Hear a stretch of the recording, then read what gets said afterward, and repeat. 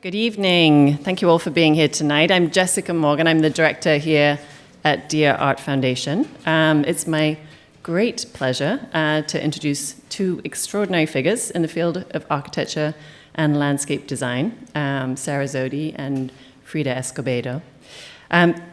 This evening's conversation, we hope to obviously bring them together, hear about their process, hear about their work.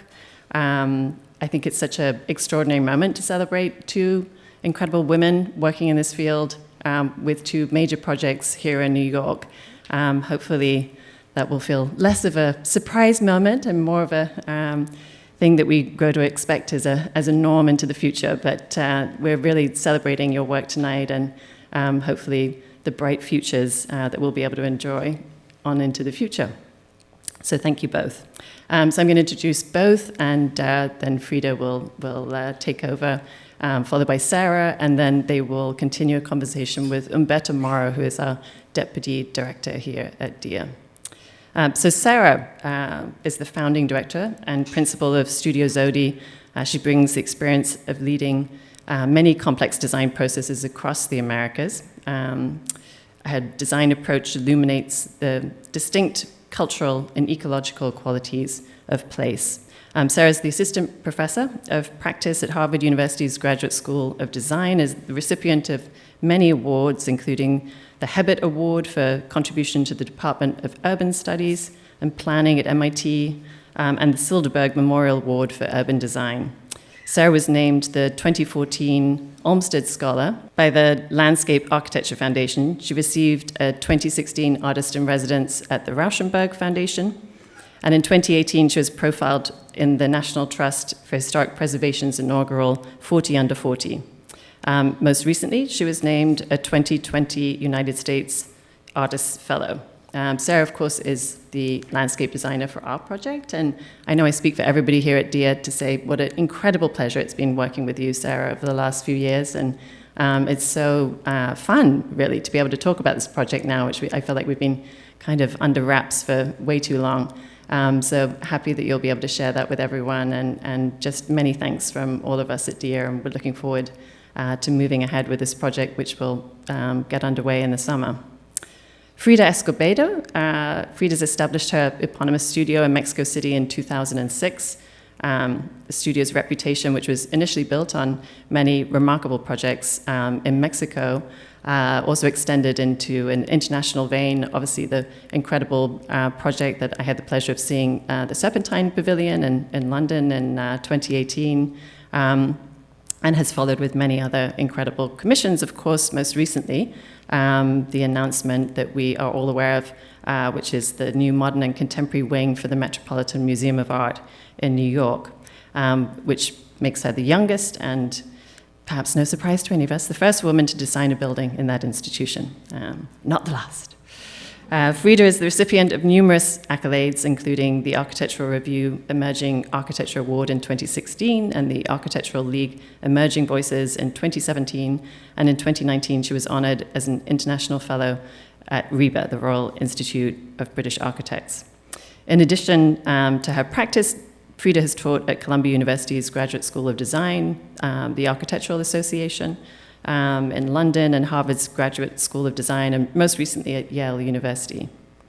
Humberto, I think, needs little introduction, I hope, to most people here at Dia. He's worked with us now for a number of years and is our extraordinary program leader at Dia, running the curatorial, learning engagement, and publication departments. And so Humberto will lead us through a conversation. But I hand over to Frida. Thank you so much.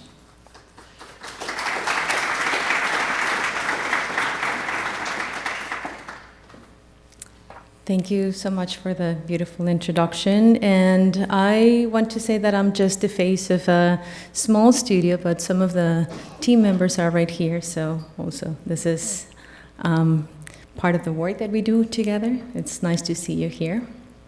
And I'm going to be talking about some of the things that are important in the studio, some of the ideas, and how we develop some of the project. Of course, my practice emerges from a specific intersection of gender, as you were saying. Like, I'm sometimes the first woman and the youngest woman on some of the project that I'm doing. And context and place is really crucial to the work that we do at the studio. And of course, growing up in Mexico City, which is a very modern metropolis with ancient roots, has given me like the sense of place and layering that I try to reflect in some of the projects that we do at the studio. So, of course, we come from a modern city characterized by creative tensions and juxtaposed realities, where space is created by adapting to powerful and multifarious conditions. In other words, it's full of layered stories from different time periods woven together, and some of them are very evidently visible, others veiled, but all are like really deeply felt and inform our understanding of the world that we live in today. And in this context, sometimes asking the right question is more valuable than providing the right answer. And that type of fluidity and that interconnectedness, the possession of that imaginative, productive character is what I try to instigate in each one of my projects. Some of these images are, of course, from other artists. This image I find particularly appealing. This is Francis Alice with this piece, Following the Path of the Sun, in a very prominent blank slate in Mexico City, Zócalo, and that kind of exemplifies the use of public space and interaction with the environment. So these are just like some snapshots of the type of works that we do at the studio. Of course, we range from furniture design to public projects, housing, hospitality, cultural projects. But what is important to me is the idea that this is something that grows in accretion. It's very similar to language.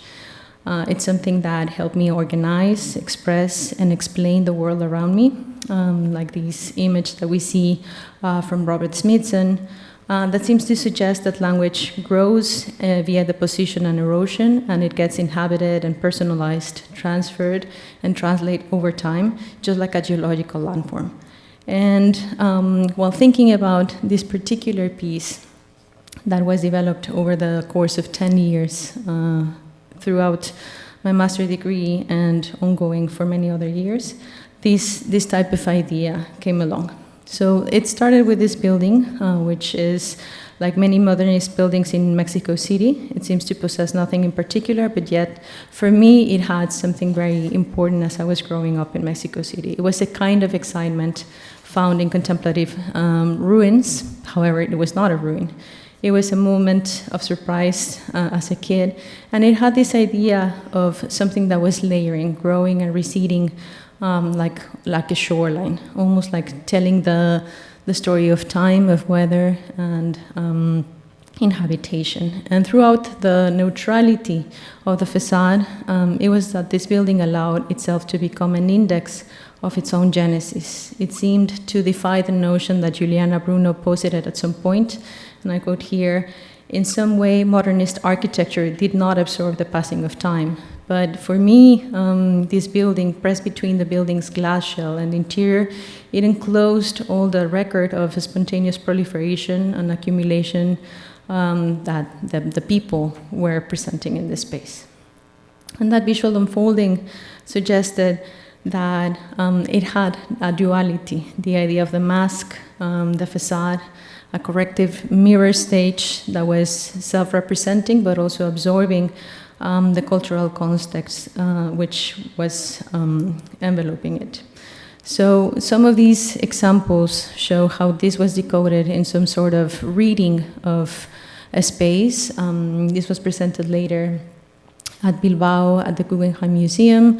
And the composition, like we were able to get some of the windows before this building was renovated, and some of them have this sense of abstraction. It almost feels like these portraits of a different kind of time, but it's a register. It's almost like a record, like a vinyl record that you can play over and over again, and you can hear the music of inhabitation in a very abstract way. So these were also presented at Northern Jaque Gallery in Mexico City. And it has a similar reading in the term of understanding architecture as a language. The first example that I was ever to do with this type of approach was a Leco Museum. the first time that I worked in a public environment. And this museum suggested that we did a pavilion, and I came across an interview of Mexican writer Brenda Lozano at the time, and she said that the work was very similar to that of a bricklayer, putting one work next to the other until you would build the text. So Lozano's remark at the time reminded me of Ferreira Goulart and the idea that the concrete poem or ideogram became a relational field of functions, and we could try to rearrange them to find the maximum expression through a minimum of words. And that minimum of words was, of course, a cinder block. And I approached the museum's courtyard as a space that could be spread as a blank page using only cinder blocks as the structural alphabet. In that way, people could rearrange it in two different ways. One was a predetermined example, which was the disposition that the museum required, and then people were encouraged to move pieces around and to give sense of this double landscape where the spontaneous and the program could achieve. And it became a little laboratory of how architecture, I think, really operates. It's something that is living and that should be representing these two layers. And this is just like a little diagram showing how, like, just by rearranging a couple of shifts can change the meaning completely. You can see here two kids rearranging the pieces in the space. And it was very similar to this idea of solidification, how accretion actually was manifested through architecture. It became almost like a snapshot, a particular moment in time. This is a piece of petrified wood, so you can imagine a tree that is growing organically, but at some point it solidifies, absorbing the minerals, and it becomes frozen if we see it for a short period of time. But of course, when you see it on a longer period, it continues to be fluid, almost like a geological form. And in Mexico City, we can see many of the examples of architecture that have that kind of layering process. Sometimes it's a little bit more subtle, sometimes it's a little bit more on the urban scale, just like the case of Tlatelolco, where you can see this almost looks like a montage. You can see the pre-colonial city, the colonial city, and then the modern city on the background, almost like a theater.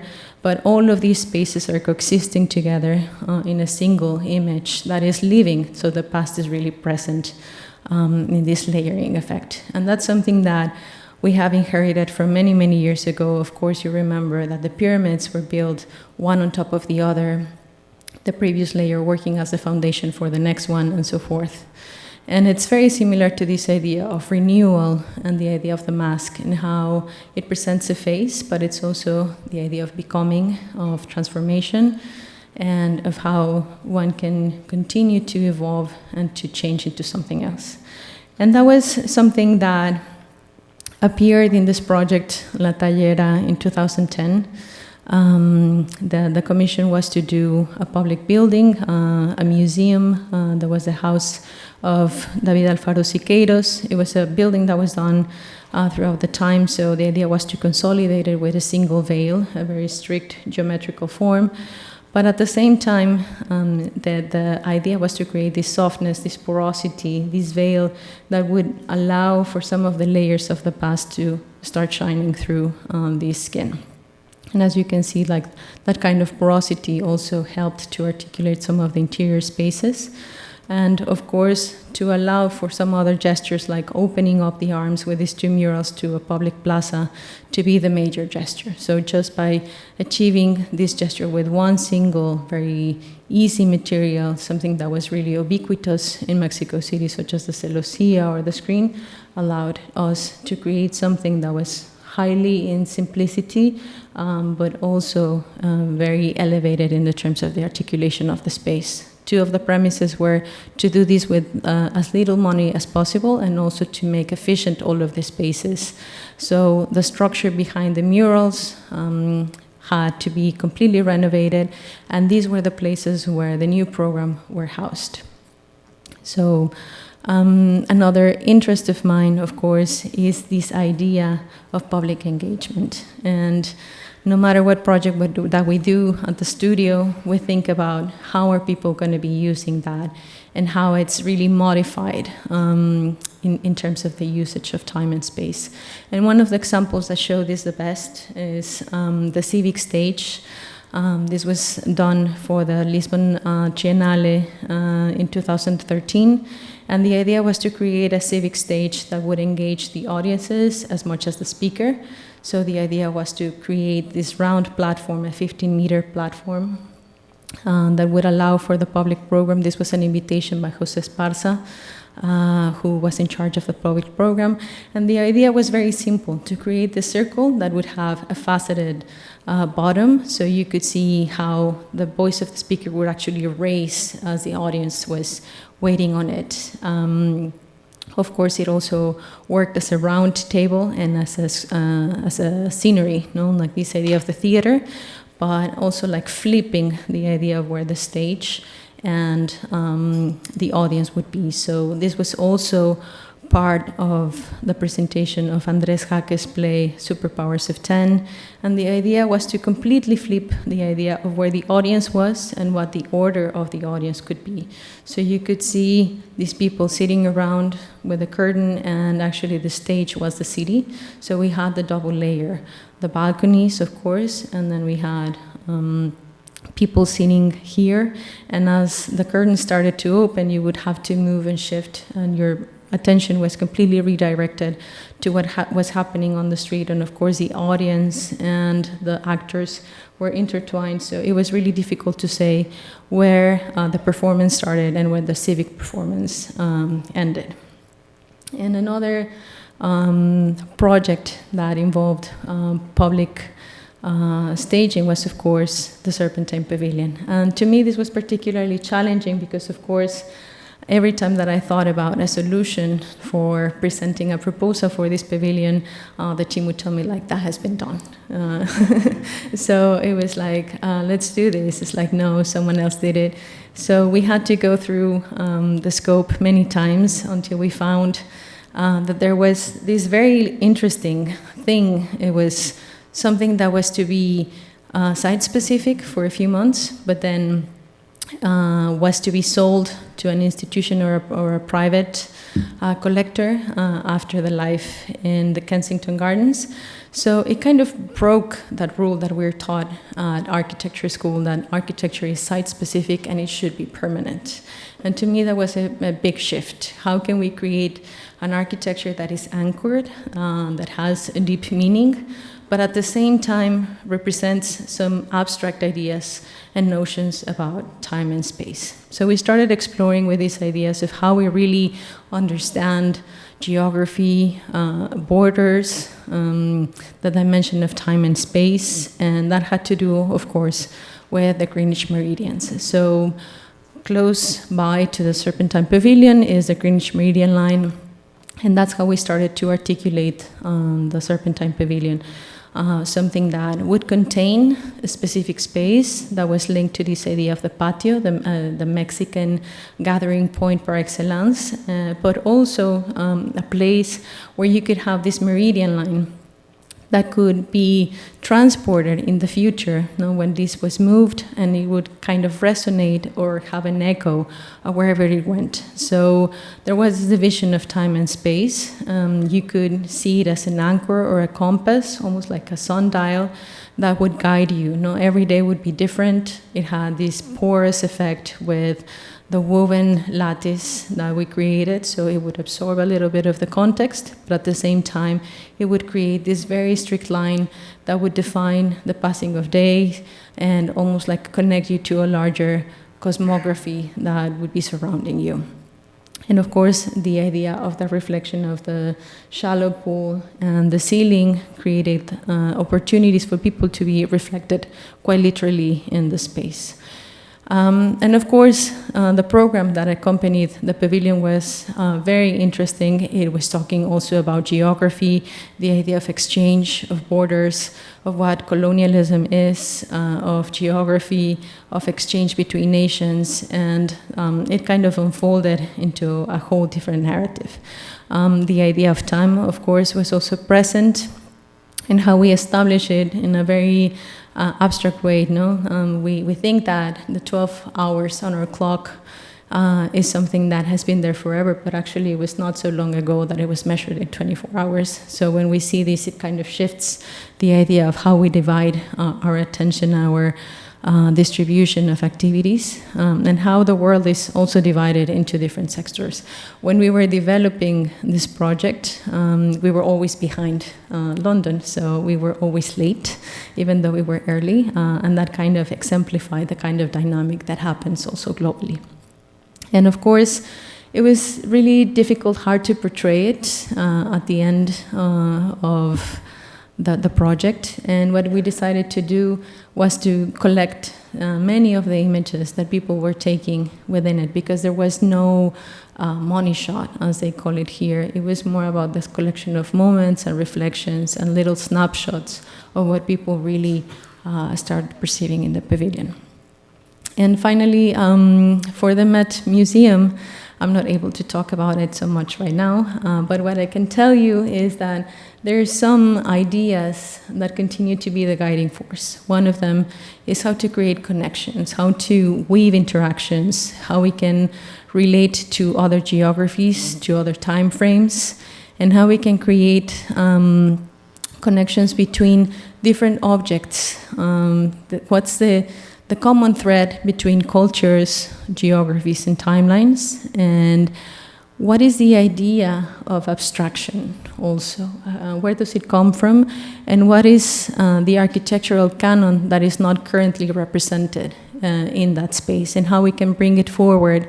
And by doing so, how we can also create a space for the idea of scale and production in a more human side. When we see this image of Huacapucllana in Lima, Peru, you can imagine this mountain produced by little fragments, and you can almost see the passing of time of how this was built on many, many different moments by different hands. You can see that it's a modular piece, it's regular, it's continuous, but at the same time it continues to show you, it's almost like a marker of time.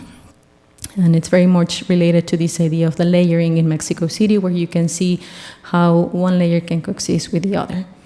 It's very simple, like these modular things that you can hold with your hands, but at the same time, it's a repeating effort. And it's also related to this idea of mondialité by Dominican writer Edouard Glissant, this idea that it can be something that would connect us globally, but also without losing the sense of being site-specific. And to me, that's very important. So one of my favorite moments at the Met Museum is this cornice, this unfinished moment in the facade, which some people notice, some people don't ever see it. But to me, it's fascinating, this idea that this building is in constant evolution and it's willing to open its face to new inscriptions and new projections. So hopefully that's what we're going to do. Thank you.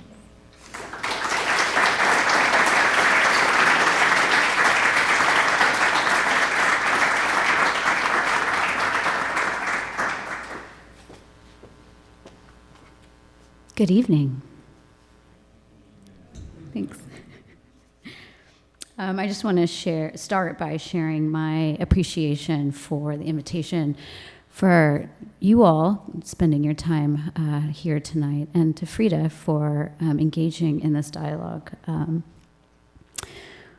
What body of water are we sitting next to right now? Yeah. Mahakanak is the Mohican name for the river. It was known as the river that runs both ways, or is known. The great water constantly in motion. This river is wide, it's big, it's deep, and much like we know it in a contemporary sense as a division, political division between states and cities and towns, it has been that for a long time, given its size, with distinct cultures on either side, either bank of the river. Among all of those traditions, however, there's an important through line conceptually in the way that people live on this river. There's a strong kind of guiding sense that we are all just passing through. Nowadays, we refer to it as the Hudsons, named after Henry Hudson. But in an indigenous tradition, it's not the culture to name a landscape feature after a person. Rather, you name people after landscape features. And that is with the acknowledgement that we are all just passing through the land. There's a moment in time that kind of marks the more formal chapter of colonization around the site that we refer to as Dia Beacon. In 1683, 22 people made marks on this page, and they made marks because they did not speak or read English. But that is, in fact, the deed of sale of the property in what was historically referred to as Fishkill. Today is Beacon. In the 18th century, there's actually quite a bit of chattel slavery in the region. So you get a sense here of Fishkill at the top of this list here, and the degree to which there were enslaved people laboring in this portion of the Hudson Valley. So if you know the 32 acres that is Dia Beacon, this image may not be familiar to you, but we are in fact looking at the property that is now Dia Beacon. So this red line is effectively the 32 acres that make up the site today. It was historically a part of the floodplain of the Hudson River. In the 19th century, you can see here where the building sits today. It wasn't there in 1867, but this kind of marks the construction of the railroad, and you start to see how the construction of the railroad siphons off the property from the floodplain that it was once a part of. In 1886, there's begins to be a transition more towards from agricultural to industrial in the region broadly. But what we're looking at here is that same 32-acre site.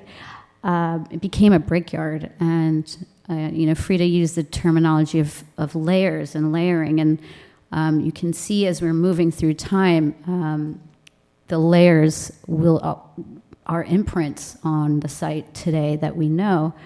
This chapter really adding some definitive kind of relationship to the topography, as you can see here, the impacts that both the railroad as well as the brickyard are making in the topography and particularly the relationship to the outcropping there. In 1929, there is a Nabisco box printing plant constructed on the site. It's kind of a fun fact that this plant is one of 6 plants across the country, Nabisco plants, that have the exact same blueprint.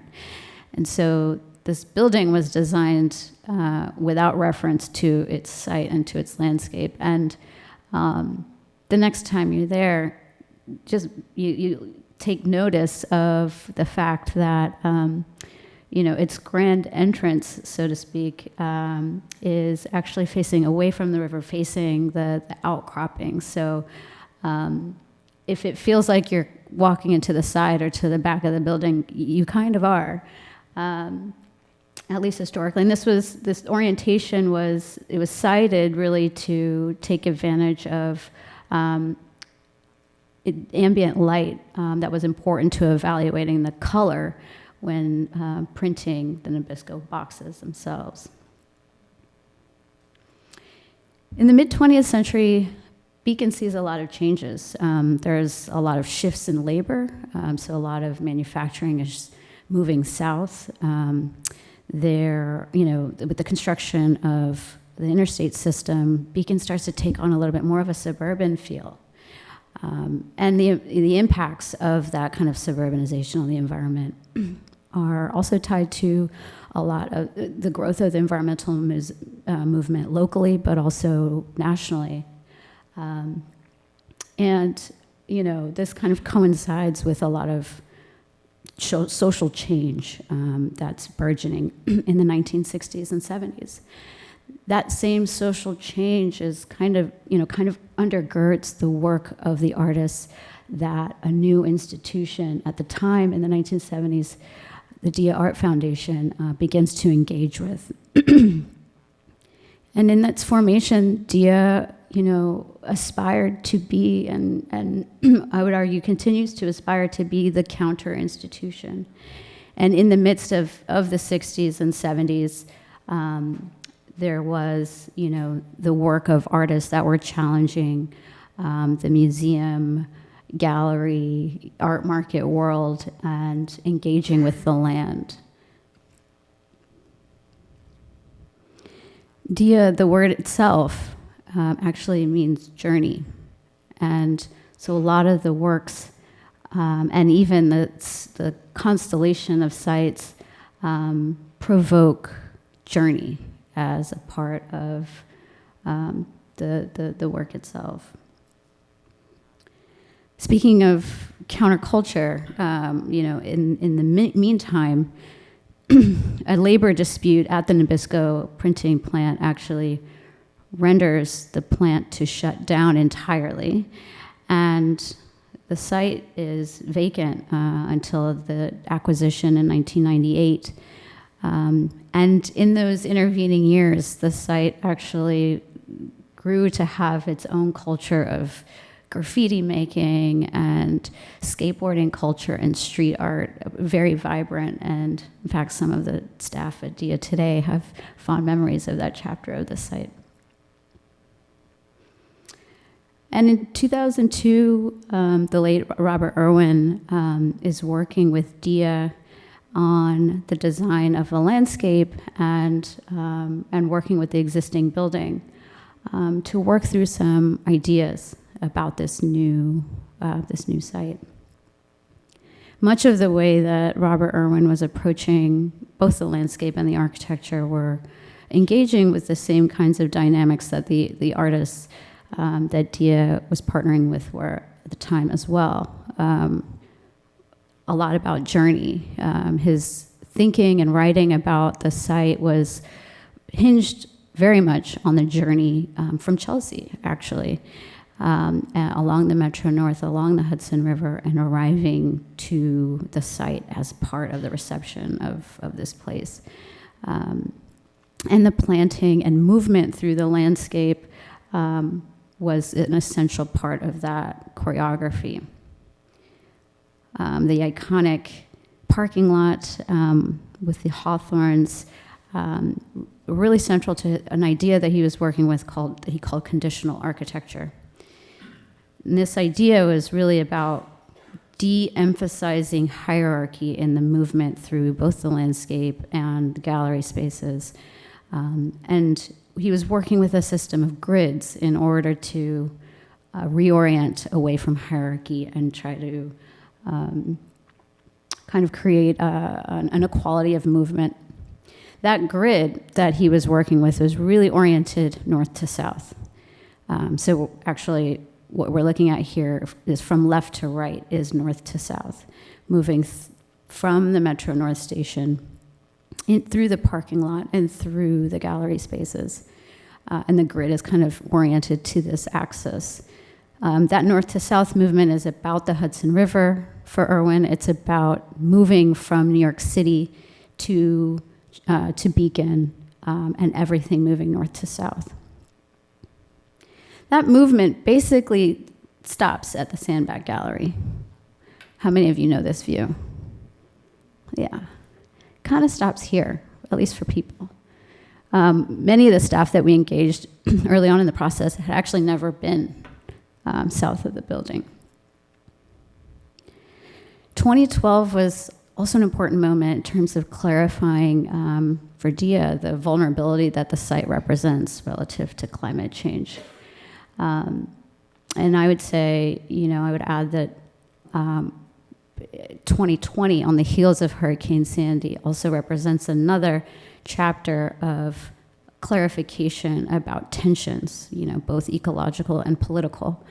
And that Dia, as we've learned through this process, has really been in a position to want to reckon and grapple with the impacts of, the possession of land that they own across the various sites and its entanglement and dispossession and displacement. And so it's really within the context of both Hurricane Sandy and, DIA being in a position to want to reckon with these, that Studio Zodi and my office really enters into the picture. It's really after all of those layers of time. This kind of clarifying moment of Sandy or the contemporary moment of social change, puts Dia in the position of asking itself, well, what can these 8 acres south of the building be? So enter Studio Zodi. We are a landscape design, public art, an urban planning firm based in Harlem, New York. I don't do this work alone, although I don't think anybody's here. Is anybody here from the office? No, okay, just me. They're great, though. One of the things that I love the most about our office dynamic is that everyone kind of brings their own dimension to the work. So, in our office, we have a soil scientist, we have architects, we have lighting designers, we have a couple people from the construction industry, an art historian, really wide range of professional backgrounds. And, one of the things that I love the most about landscape architecture is that all of those sensibilities are important to making landscapes. And so, we have kind of a guiding methodology and an attitude about work, but really everyone brings something to the bigger project. And so, when we entered in, I'll talk, I guess, a little bit more about our methodology. The way that we work is, we think a lot about site interpretation, some of which you're getting a lens into by virtue of walking you through the history to this point of the site. And the idea of cultural narrative for us is as much about learning about people as it is about learning about the ecology. And we try not to separate the two in our thinking. And that, I think, impacts the way that we design. And we take all of these ideas and really hold on to them through construction. The idea that what we ultimately build is, what makes a place feel like it belongs in its context and what makes people feel like they belong in it. And so our commitment to thinking about narrative is really about putting ourselves in the position to design every project in a very idiosyncratic way. There are no defaults about how things get designed, or detailed, that every detail is in itself a question to grapple with relative to the larger frameworks that we're engaging. This is the design team. So myself, Ray Ishii, project manager, Allie Duke and Annie Lynch, designers, and each one of them have made very important contributions to the project. We also have Larry Wiener, landscape associates, who are meadow specialists, and Miwa, who's the civil engineer. Kind of a rainbow lady gang up here, which I'm very proud of. So when we entered into the project, the idea that the indigenous legacy around land is about this idea of moving through, that we're all just moving through the landscape, and that DIA itself as an institution is also about journeying through the landscape. So movement became our first kind of design attitude entering into the project. So we started to draw how things move on the landscape today. The red is the movement of people, that movement that Irwin set up, that conditional architecture moving from north to south, so from left to right. And we move through those gallery spaces and kind of stop there. And then south of the landscape is where the water moves. It is a historic floodplain. And so it's a very wet site. There's a lot of water there. But we don't see it, we don't engage it, and it's shuffled off to the south. And yet we have this intersection of legacies of portage. So on the left, what you're seeing here is what we tapped into in terms of learning about the deep history of the site, that the Dia Beacon site itself was a site of portage, meaning seasonal crossing of the Hudson River between indigenous groups. It was an important part of the transfer of technology, of peacemaking, of the evolution of culture in general. And for the Dia Beacon site itself to be implicated in that long legacy was really profound, a really profound finding for us. And so this kind of dynamism of water and people that is latent within the history of the site itself, and also is pregnant within the work that Dia supports, we found, to really set us on our way in terms of how to deal with the southern landscape. This quote from Toni Morrison's essay, Sites of Memory, was one that we kept coming back to. She says, they straighten out the Mississippi River in places to make room for houses and livable acreage.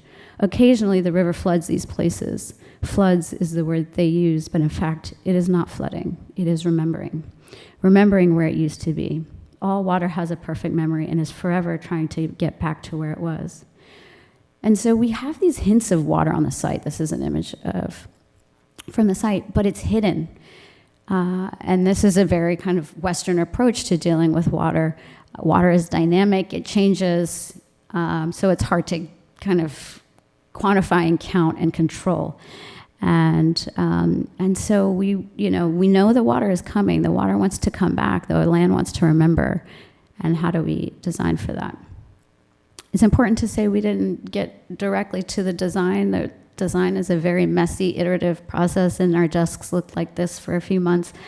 And what we were searching for was a formal language that, how do you draw movement, basically? Design is about designing a thing, but how do you design movement? And that was really the challenge that we set for ourselves in coming up with a formal language.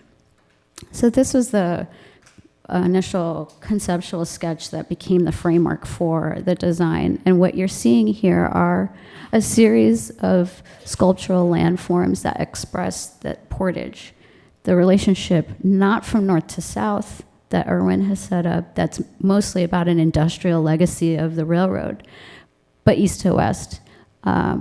So, connecting to the indigenous legacy of portage and connecting to the river.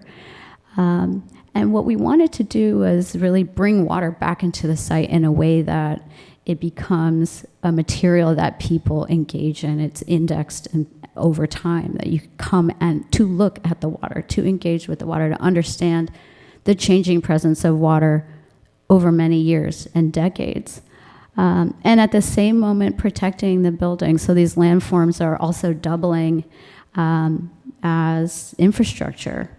This is an infrastructure project, that's bearing the lead here. But that's really the approach, was to deal with the ecological vulnerability.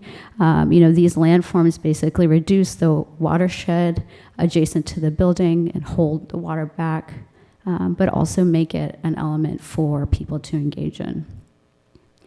So we iterated quite a bit. We worked with clay on, iterating the forms themselves. And we worked with Sherwood design engineers to calibrate the volumes of these forms relative to the projections of sea level rise. So this is the existing models for 100-year and 500-year storms. So you get a sense of the real vulnerability that the building represents. And here it is, with our proposed design that I'll walk you through with my last couple of minutes.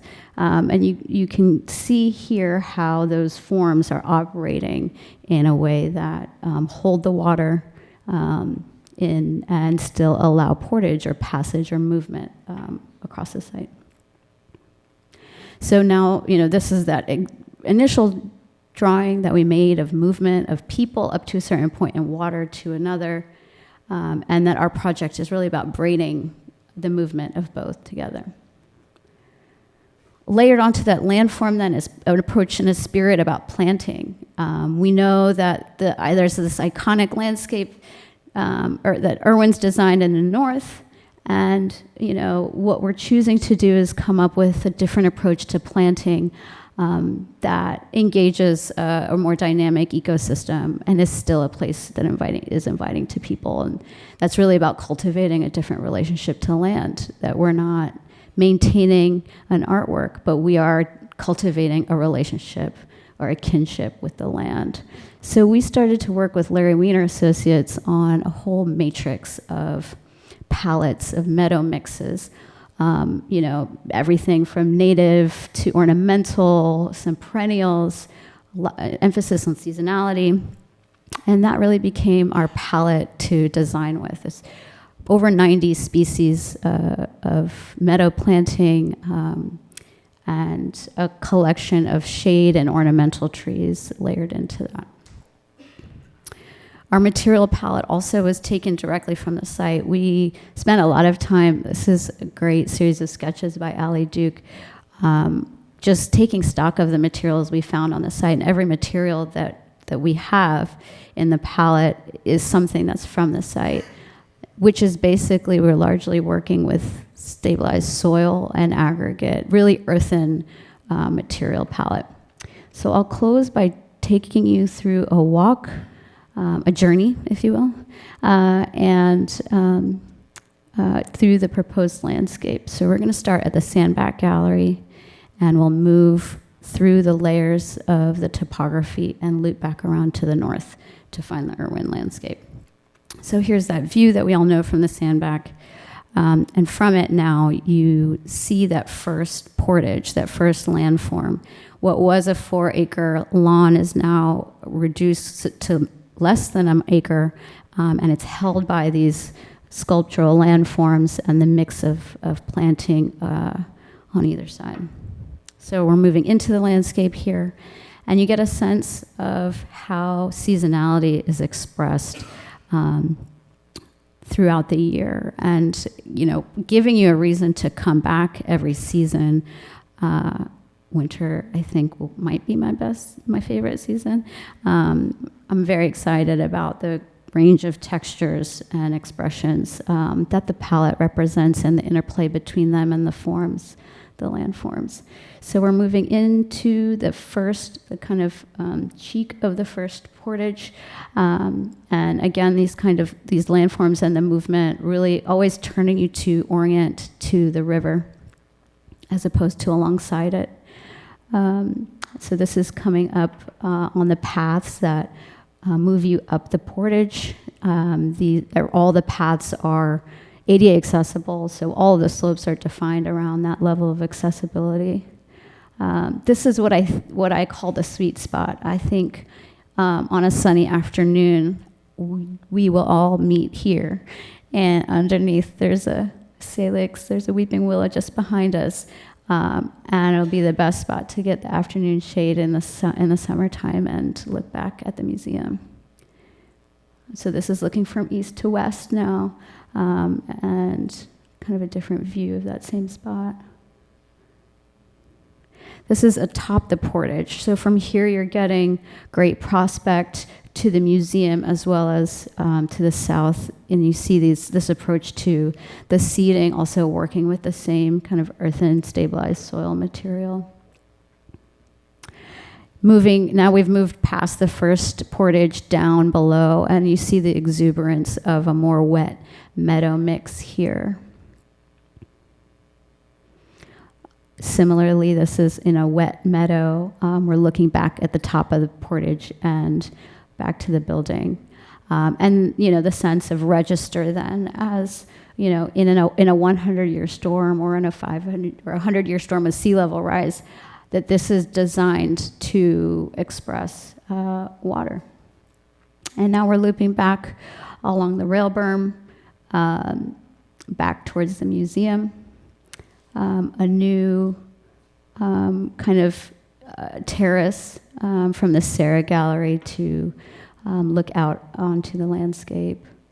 A meadow that connects with fescue species that Irwin uses, kind of using a mix of fescue to connect the vegetation from the Irwin landscape to the southern landscape. And here we are from the deck of the Irwin forecourt, and the same kind of formal language of those arcs coming from our southern landscape and bringing you back to the northern Irwin garden. So I'll end there and invite you to reflect on the idea that we're all just passing through. Thank you.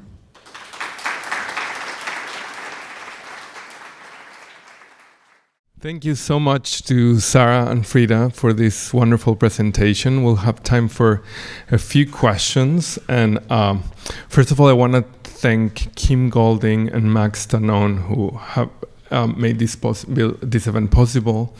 And I also want to acknowledge the presence of a third wonderful woman that's thinking about architecture in the building, which is Delcy Morelos, which is the exhibition that we have contingent in our galleries. And Delcy obviously is thinking about the legacies of indigenous cosmologies in South America, specifically in Colombia, in relationship to earth and soil, and thinking about that material and its spirit and its capacity as an agent that hosts and that permits life and that also takes life.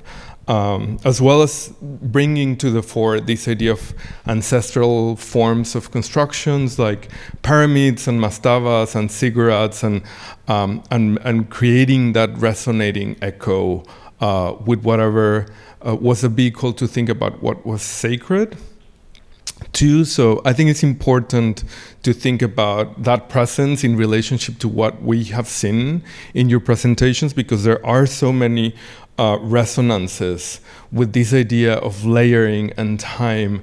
And Sara, you use this word expressions really beautifully every time I hear you speak about how there are different ways to express things through landscape or through time or through materials. And I feel that was an important connection to make today. And before we move on, I just want to thank you for these wonderful presentations. This is perhaps, funnily, the second time I lived through this program, because I was dreaming about it earlier today. So these questions actually were generated in my dreams this morning. So, I wanted to think about embracing complexity, because, as Jessica was saying, you are two young women that are confronted to different professional environments with cultural institutions and so on. And your work deals with a lot of complexity. It deals with historical layers, with the realities of having dark colonial histories related to slavery, to exploitation, to imbalances in power relations and so on. And we're confronted with a world which is constantly demanding for everything to be an elevator pitch. And I wanted to think about, how do you pose these ideas that are complex, rich, layered in the professional environments that you are moving through, and how you're able to convey the richness of your very methodical and layered research process? Well, I don't think I ever made a great elevator pitch. I think, to me, it was more about trying to find in that fluidity, because I never worked for another studio, or I didn't learn that kind of strategy of making a very precise pitch to get a project. It was more like try to get through the cracks to get to the larger things. So you start very small, and then you understand that small is actually great because it lets you experiment and it lets you move in different ways. If you have something that is bigger, it becomes a little bit heavier and it has a different kind of burden. So to me, keeping that balance between the small and the large actually created opportunities, because you find that sometimes in the small it's where the powerful ideas come from. And then the second is the idea of collaboration, because when you're small, you necessarily need to learn how to collaborate. And we were just talking about this earlier. I think we're part of a generation where we rely a lot on that. We know that we need to work together. We need to throw like webs, to understand like things in a more complex way. So it's almost like another way of building through the cracks.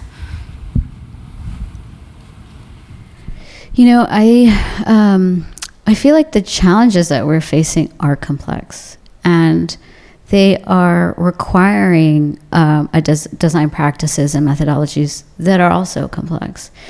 And so, it's something like 0.2% of the Earth's surface is actually designed by landscape architects.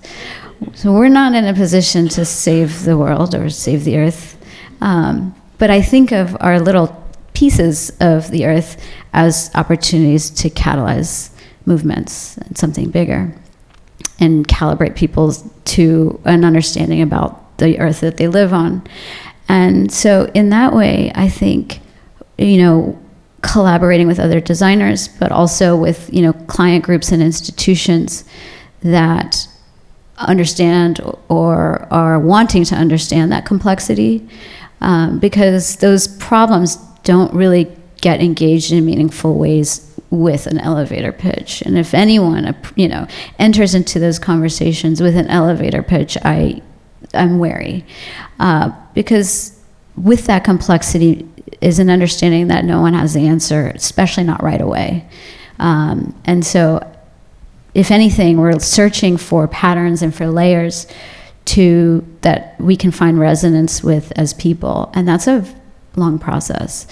Resonance culturally, resonance ecologically, that takes a lot of time. And I hope that the design field itself is changing, and that we're able to advocate for complex processes and methods and time. It sounds like, Frida, with the Met, you're able to really sift through a lot, with the kind of process and time that you all have laid out. And I think that just generates so much more meaningful work in the end. Frida was saying something to the effect of sometimes it's better to have more distilled or sophisticated question rather than an answer, which kind of like resonates with what you're saying. And I was also thinking about this idea of movement versus what is unmovable. And both of you are working with canonical buildings in different ways, but things that are seemingly very stationary and fixed. And you're confronted with the reality of having to work around that. So I'm wondering if you can reflect a little bit about that relationship between immobility and flux. The word I often use in terms of our posture to the immovable is, in this project, is dialogue. That there's a legacy here, and it's important that it remains here, and it's a chance, it's a departure for, a conversation about other approaches to work as well. And so it's meaningful in that regard for us. It remained, I kept referring in the presentation to Irwin's north-south orientation and how our moves were east-west. And so that dialogue is important and meaningful because we have a conversation happening. And so it was very generative, the kind of pivot and integration, it continued to push us and challenge us to think about how approaching this kind of work differently should also generate completely different forms, relationship to the land, movement, plant palette, everything should be different from top to bottom. And we have the legacy of this work that's beautiful and that we can engage in and celebrate, but also talk about it relative to something else. Well, I think what's interesting is that, of course, we think about landscape as being something more flexible, more fluid, always changing. I love that you're presenting it not just in one scenario, not like you're presenting 5 of many more that we will be able to see. But usually that's not the idea with architecture. Like we tend to think that it's static and it should be perfect, and there's this moment where you're completed, and then it needs to be preserved. But to me, that kind of never made sense from the very beginning, from the El Eco Pavilion. Like, this is why we're thinking that it's always shifting and moving. And what I found in the last few years is that maybe the way to see it would be to think about it in different tempos. And what you just said about the resonance is what makes the tempo a little bit more stable. The things that really resonate, the thread that runs around many people, makes it a little bit more stable, a little bit more solid, and the rest of it kind of vibrates and continues to move. And then you just have to shift, to see what are those points that stabilize the project and what are the others that would continue to evolve, and you just need to let that happen. It's kind of painful sometimes when you are as an architect, like, oh my God, they painted the walls, but that's fine. Like, it's the way it's supposed to be. I want to say that one of the things that I really appreciate about your presentation is that you kind of present architecture as if it's landscape. When you talk about processes of accretion, and I always think about soil in that way. I think about the ground as a repository of history, and then architecture is things you can knock down and then they don't exist anymore. But I love the challenge that the way that you're talking about buildings represents, and it starts to integrate itself much more with the dynamism of landscape. I'm glad that you think that landscapes are dynamic, because in a lot of design, like landscape architecture, I think sees itself in many ways like having to make a case for itself as a design field with design chops, and that dynamism and working with living systems can challenge that sometimes. And so historically, I think the profession hasn't been less willing to admit to the fact that we are in a dialogue, so to speak, with these dynamic systems. But I love the idea that architecture is doing that as much as landscape, which is kind of the prompt that I'll leave with tonight. Yeah, and just in sake of time, I'm going to try to articulate my last idea before we open it to the public. But just taking on what you're saying, Sara, I feel that at the end of Frida's presentation, you presented this image of the Met, which showed this part of the upper part of the building that seems sort of like unfinished. And I was so surprised to find myself looking at the same building we all know we've seen for many years in a different way. So it's also about this idea of changing the way in which we see something that we take for granted we know, and also sort of like the discursive gymnastics of coming back to Robert Irwin's conditional architecture. And he made the distinction between conditional work in the beginning versus site-specific. He cited Sarah, for example, who sadly we just lost, but he mentioned this idea of change, of the conditions of a space, bringing that idea of change, and thinking about the way in which, for example, India Beacon, we are so intertwined and related to natural light. And how you express that, Frida, to the idea of porosity and the idea of permeability in terms of light, but also in terms of history. So, yeah, I wonder if you can reflect a little bit on that idea of seeing all things maybe with new eyes. I mean, that image, the historic image that I shared of the Dia Beacon site as part of the river,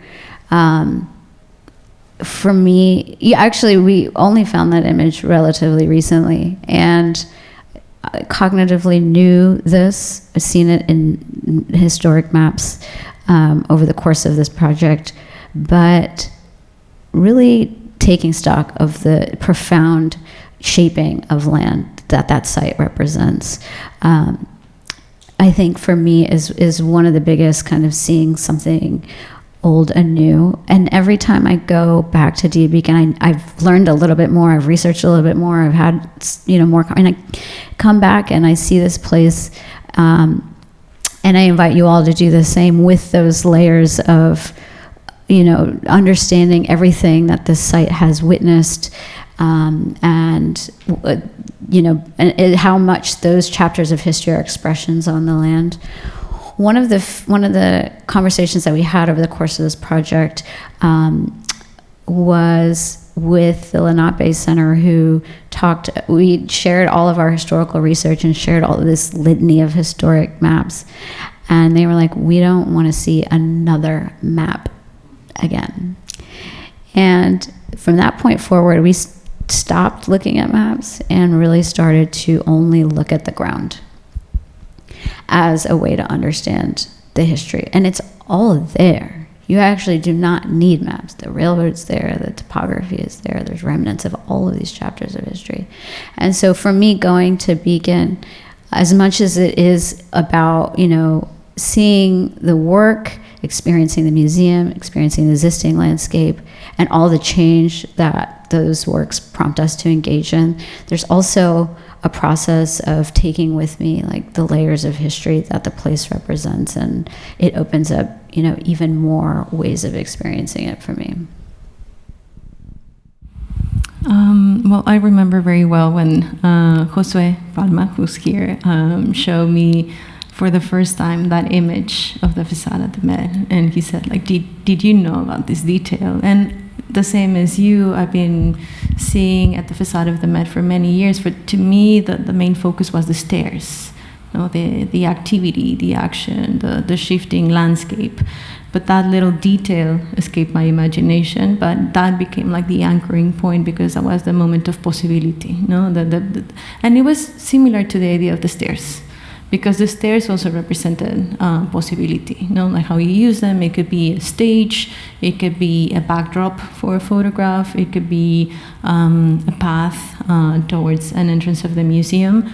But it had to do with memory, and I really like what you said, this idea that water is just like following memory all the time. And I think culture works in a similar way. It's more like, what are the things that start resonating and being amplified, and that's the way that we start rethinking our culture and how we can reread it and how we can create new narratives. So everything seems to be static, but actually it's these new layers that allow us to gain new meanings to these things that seem to be fixed. Well, Toni Morrison is an excellent way to open this up to our public. We have many friendly faces today, but I'm sure people are eager to connect. So if anyone has a question. First of all, thank you all so much for the presentations and the panel. Really appreciate it. This is kind of an aspirational question. It struck me that both of you are interested in connection, both within the project at the Met and at Dia Beacon, as well as in your larger practices. So given the fact that the Met has essentially turned its back on Central Park with the Kevin Roche 1972 design, and the fact that the space that you've been given at Dia Beacon is, well, I've never seen someone in this space as many times as I've been to Dia Beacon personally. I wondered if you could both speak to the connections you'd like to catalyze in terms of both spaces, in terms of both projects. Well, to me, the connections have to do more with what are the common threads between the museum wings and this particular wing. And of course, there would be connections to how we perceive the relationship to the park, but it has to do more with these common threads, these narratives that run along different moments of time and space. That's the main focus. The idea of porosity is very prevalent. This notion that is different from solidity and also from transparency. Transparency really gives you a full view, but it's actually a barrier. To me, the idea of porosity becomes a little bit more interesting because it creates some sort of exchange, but it's more complex and it's harder to read and it involves engagement. So that's what we want to do, like this idea of porosity. I think this project has put me in reflection around the question of what is a landscape for a museum supposed to be. And as much as, there's a challenge and critique of the kind of white wall gallery space, I've come to also understand that the landscapes of museums function as white walls in and of themselves in a lot of instances. And so that kind of disconnection between everyday life and the museum experience, I think, is, just made stronger by the landscapes that are around a lot of museums. And so in terms of connection, I feel like there's a connective tissue that landscape plays in presenting the experience of a museum to people and to integrating and connecting those experiences to our lives. One of the ambitions of DIA and even investing in that southern landscape, among the ones I listed, was extending the museum experience out. People come with their families, and kids want to run around and scream and touch things, and adults do too. And all of the ways that you are kind of activated by your experiences with art can be taken into the landscape, and it should be embellished. You should have a place in the landscape to reflect before or after. But I think that a landscape is an important kind of apron, in addition to all the ecological cultural elements. It's an important kind of cultural apron, a welcome mat to the museum experience or to your daily life. And so that's the connection. I think that one of the connections that I've been thinking about a lot is the connective piece that landscape plays in integrating these places into our lives. I might not articulate this question well, but I'm curious to hear, as well as from the moderator, on the institution side, what does it say that institutions are now willing to go with, like, newer, more emerging practices, and that board members are willing to sign on for that, and maybe the safer bets of the past of going with the existing starchitect, white male, whatever? Like, what does it say about the field of institutions today in regards to the practices that that's a very interesting question, and I think the answer is embedded in the institution itself, because you can follow the program, you can follow the trajectory of the program, you can see what we have been doing with the program in the past decade and how we have been expanding or contesting, problematizing our own history in ways that are wonderful and uncomfortable and I think worth looking at. So in that sense, this is not an anomaly or a one-time trick. It's a continuation of a work we have been doing. And I also want to add something to what Sara was saying. This part specifically for the in the landscape. This is an institutional initiative to make a civic space. It's not going to be an art space. It's not made for art. It's made to be a public park, and it's not contingent to your experience inside the museum. So you can go and not pay anything and enjoy the landscape itself in the open times of the premises. So this really establishes a different orientation, modality, service, idea of service to the people that are coming to this area. So it doesn't really respond to the logic of what's happening inside the museum, which also, it's kind of like an answer to what you're saying, because while most museums that are responding to patriarchal structures want to expand and to be bigger and to have more art, we're doing the opposite. So we're want to build a civic space that has a different kind of approach, that thinks about hospitality, thinks about welcoming people in different stages, in different temporalities, and not just to expand art. So yeah, I hope that answers your question, and we'll have a little bit more time for you to connect with our guests one-to-one. But thank you everyone for being here. Yeah.